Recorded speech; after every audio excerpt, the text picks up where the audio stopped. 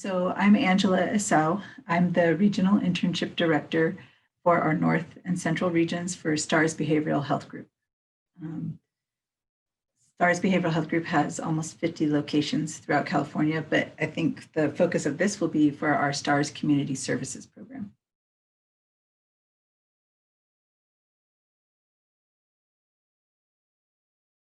Well, for STARS Community Services, much like the rest of the larger agency, our philosophy and mission is that we want to partner with people to make positive change in their lives. Specifically, we want to partner with our clients. They need to have a say in their treatment. Their families need to have a say in, what kind of team they get. So that's our philosophy is, we're client-centered, client-focused. The population served specifically at STARS, there's a few departments. So it's kind of a range depending on which program they're in. In our foster care youth program, those would be the foster youth that are that we're trying to help stabilize. So they can be from 3 to 21 years. We don't typically place students in that program for a variety of reasons. Then we have our TAY program, and that population that we team around, those are usually from 18 to 25 years old. And we will place trainees in there, some that have background, because it can have a little bit more intensity in terms of mental health issues. And then our other program is our school success program. And that is partnering with schools to provide treatment for students.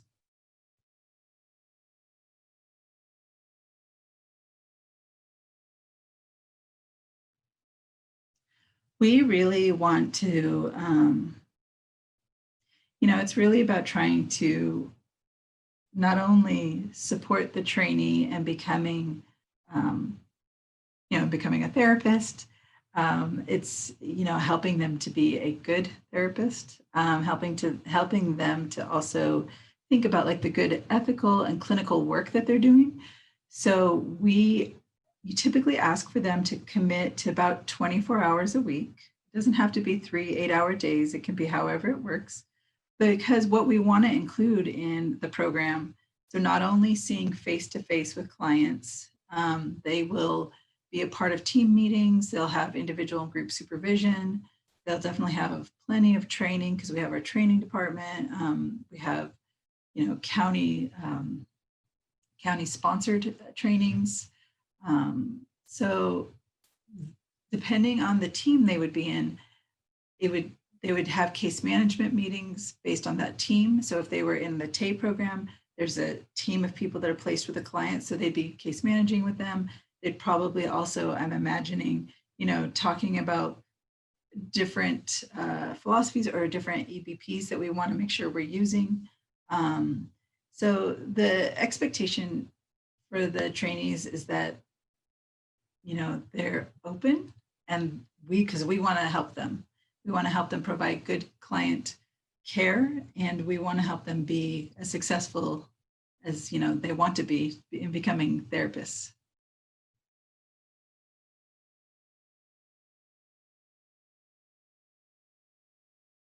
Again, that depends on the program. But so for the school success program, that would come through the different schools. The different coordinators at the school sites make the referrals. And then through the TAY program, those can come through a county referral, or a family can make a family member can make a referral for a client, and or if there's some other entity that's supporting the client, they can make a referral to our agency.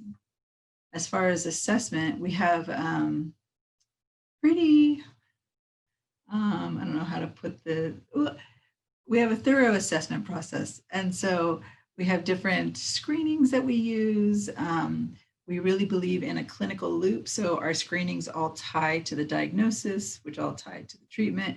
And of course, we're being supported by supervisors, being supported by other staff that have been there longer, who have experience, and our training department. So it's pretty thorough, but it depends on, so each of them have their own outcome, um, you know, outcome model, like the different forms that they use. So I don't know how to say it without using all of our acronyms that would mean nothing to anybody.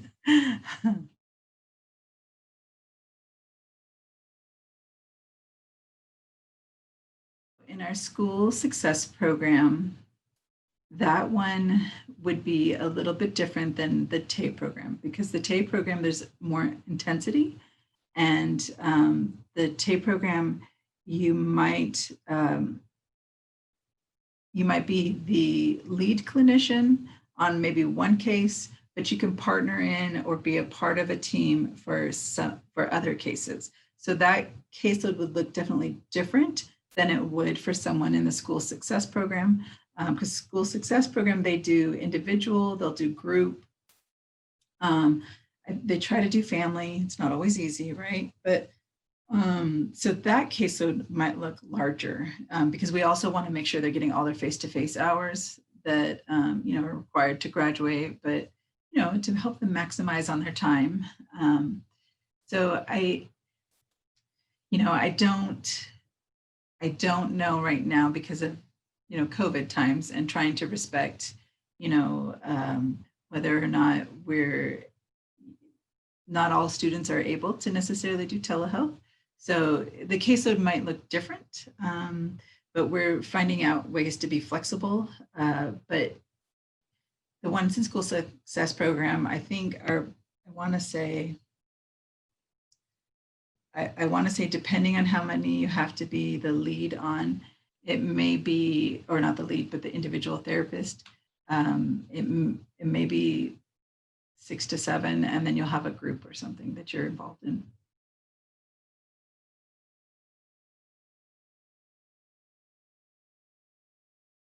Every trainee has, again, individual and they have group.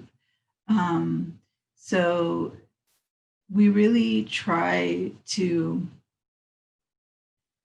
we have to wear 2 hats, right? As the supervisors, we have to wear program manager hat and clinical supervisor. We really try to make sure that we're predominantly focusing on clinical supervision and the development of treatment and theoretical orientation and making sure that we're staying to fidelity on any evidence-based practices we're using.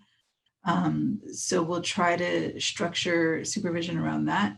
However, there's times where we have to talk about, the program management piece, and are we doing the case management pieces that we need to do, which actually help drive the clinical work, right? So, so sometimes it might go a little bit beyond the hour-long individual supervision, but that will be worked out with the supervisee and the supervisor as to what day that is. We want it to meet people's schedules. We know that we need to be flexible. So that's set up between the individual supervisor and the supervisee. And then the group supervisions, those, oh goodness, I'm blanking, I'm really sorry.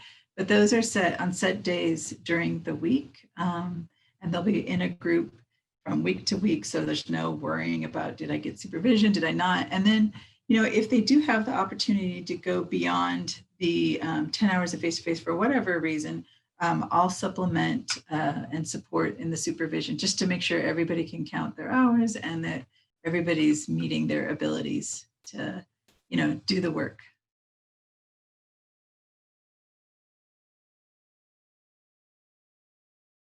The very beginning, when we bring our trainees in, they become a part of our new employee orientation.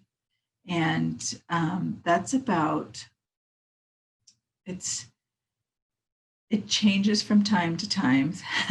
But I think right now the structure that we're on is it's about 3 days a week for 2 weeks. And in what we try to do is there will be classroom learning, even though it's over Zoom right now, for the first part of the day. And then the last part of the day might be shadowing or might be meeting with a supervisor to kind of go over and give context to what they just learned.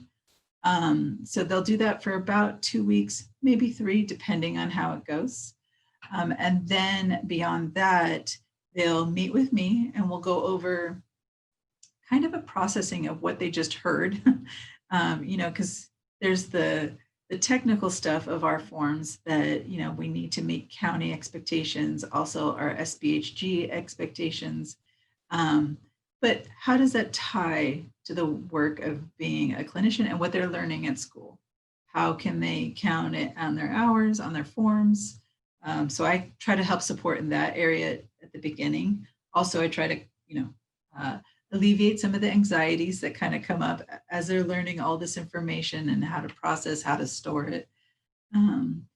So that, and then there's just ongoing, we'll have shadowing opportunities at the beginning so that they can see the work done without, having to just be thrown out there. And then it's ongoing. So we have a requirement in our agency of at least 40 hours of training every calendar year, which our trainees get in their first 2 weeks, of being there. But it's ongoing. And then county, because we're a county contracted agency, they offer trainings that we participate in. And then just as a corporation, we'll have a variety of trainings throughout the year for our trainees to participate in. So anything from clinical work, anything I'm focusing on internalizing disorders, externalizing disorders, whether I know right now they're working on family therapy training. We also offer, TFCBT, so trauma-focused CBT. We, in our TAPE program, we use a model that's called, the acronym is TIP, so it's transformation to independence process. We have lots of acronyms, and that one, we train all the team members in that so that we're holding to fidelity of the model.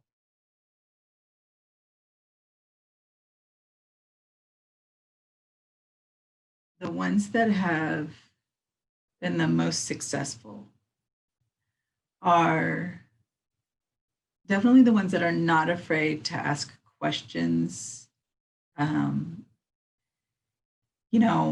There's a lot of stuff that comes up with that, right? And there's a lot of insecurity about, I don't want to ask a silly question and the reality is we know that our trainees don't know what they don't know, so they should be asking questions, and we want them to ask questions, and there is no shame in it. So, it's just coming with the humility. It's coming with, we know you're not going to know.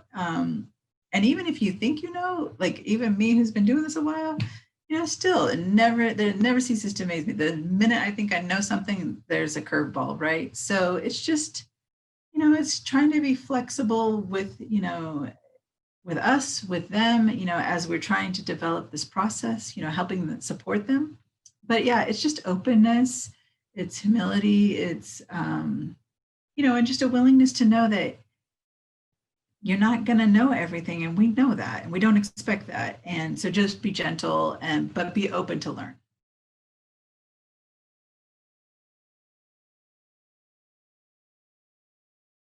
So I think, it's initially,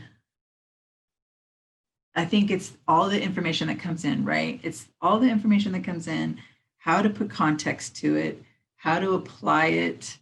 I think sometimes it's challenging too, because they have, I think a lot of students, just in my experience, have come in with an impression or an image of what it's going to be like. And then when it's not quite like that at first, I think that's a little earth shattering for them. So the ones that, can't quite, just say, okay, this is not what I thought it was going to be, but this is still okay. The one, people who can't see the strengths and the difficulties, I think that's when it's hard.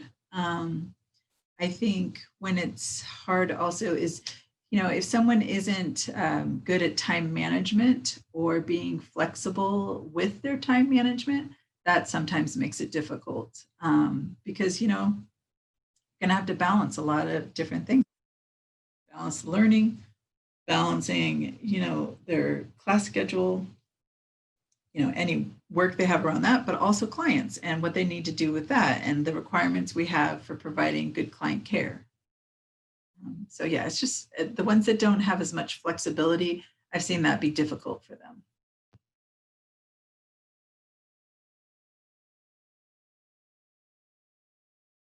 I mean, I'm totally biased. You know, I love our agency. I've been with the corporation in one entity or another almost 14 years.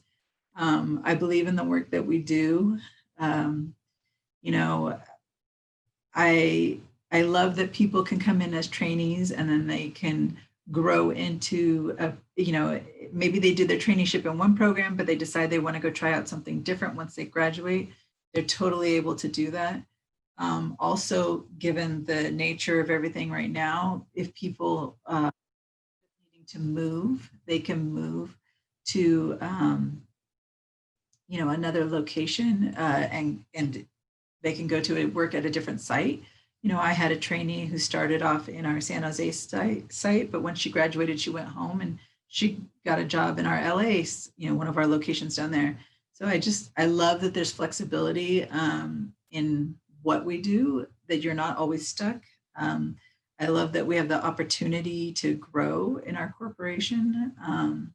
You know, I started off not as a trainee, but I had just graduated and I worked, got my hours, and then I've been promoted a few times. You know, I got my licensure with the help of some of the groups that we have because we'll provide, you know, like a study group, and we just support around that.